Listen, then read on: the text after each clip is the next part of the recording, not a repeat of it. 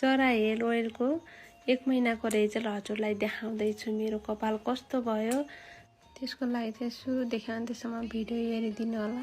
मैले 1 महिना मजाले हैन जरा हेयर र ओइल चाहिँ मजाले लगाएँ तेल है। मैले फर्स्टचोटि लाउँदाखेरि मेरो अनुभव तपाईलाई सेयर गरेको थिएँ र मैले 2-3 पटक लगाएपछि तपाईलाई देखाउँछु भनेको, तर मैले देखाउन सकिनँ र आज 1 महिना युज गरेर तपाईलाई देखाउँदैछु।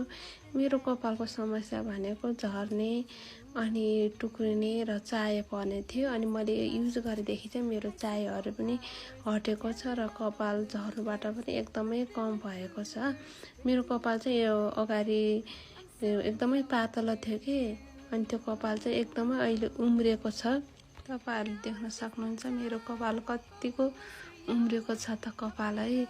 हेर्नु त मेरो कपाल अगाडिको छोटो छोटो हो, सबै पलाको कपाल हो कि, यो तेल लगाएदेखि नै कपाल आएको कपाल हो। छोटो छोटो हेर्नु त अगाडि मेरो पातलो थियो अनि पुरै पलाएको छ, अनि यो छोटो कपाल भएर होला सेपिन्न के बार्दाखेरि पनि यति राम्रो तेल है। यसरी कपाल झर्नबाट रोकिनु अनि कपाल उमार्नु भनेको त मेरो लागि एकदमै बेस्ट तेल र स्याम्पू हो। पहिला कोर्दा पनि एकदमै धेरै झर्थ्यो कि, अहिले 1 महिना युज गरेदेखि चाहिँ मेरो कपाल झर्न पनि एकदमै थोरै झर्ने गरेको छ।